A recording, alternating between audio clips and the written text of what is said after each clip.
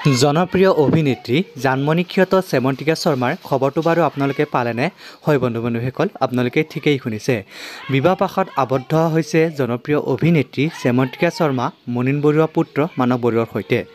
বন্ধু-বান্ধৱীসকল, তেওঁৰ প্ৰথম স্বামীৰ ডিভোৰ্চ হোৱাৰ বহুদিনৰ অন্তত তেওঁ দ্বিতীয় স্বামী মানৱ বৰুৱাৰ সৈতে বিবাহপাশত আবদ্ধ হয়। এই কথা আপোনালোকে সকলোৱে গম পাইছে।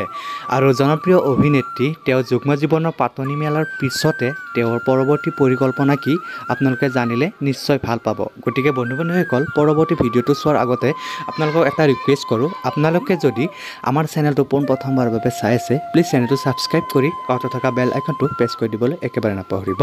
তেতিয়াহ'লে বন্ধু-বান্ধৱীসকল, বেছি পলম নকৰি বলক পৰৱৰ্তী ভিডিঅ'টোৰ ফালে আগবাঢ়ো। ইমান দীঘলীয়াকৈ মানে ইন্ট্ৰডাকশ্যন দিছে। আৰু প্ৰথম কথা হৈছে যে এনেকুৱা নহয় যে যুগ্ম জীৱনৰ মানে আৰম্ভণিৰ এয়া আজি প্ৰথম এনেকুৱা একো নহয়। যিদিনাখন মোৰ বিয়া সেইদিনাখনো মই নাটক কৰিছোঁ মঞ্চত, সেইদিনাখনো অভিনয় কৰি গোলাঘাটত মোৰ নাটক আছিলেই। গতিকে দিনৰ ভাগত গোটেইখিনি সামৰি আকৌ মই ৰাতি নাটক কৰিছোঁ। গতিকে চলি আছে, ভাল লাগিছে, বেলেগ ধৰণৰ এক্সপিৰিয়েঞ্চ। হয়তো খুব কমৰে হয় এনেকুৱা যে নাটকৰ মাজত বা শ্বুটিঙৰ মাজত বা নিজৰ কামৰ পৰা ওলাই অলপ সময় বিয়া হৈ আকৌ দৌৰ মাৰি নিজৰ কামলৈ অহা, এনেকুৱা খুব কম মানুহৰ এনেকুৱা হয়। গতিকে তাৰ মাজত মই সৌভাগ্য চাগে যে সৌভাগ্য মোৰ যে এনেকুৱা এটা সুযোগ পাইছোঁ যে ভগৱানে মোক একেবাৰে ফ্ৰী হৈ থাকিবলৈ দিয়া নাই।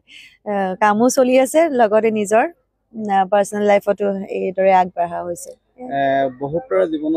গতিকে বন্ধু-বান্ধৱীসকল, ইমানখিনিয়ে আছিলে আজিৰ ভিডিঅ'টো। যদি ভিডিঅ'টো চাই ভাল লাগিল, প্লিজ এটা লাইক কৰি দিব আৰু যিমান পাৰে সিমান শ্বেয়াৰ কৰি দিব। ধন্যবাদ।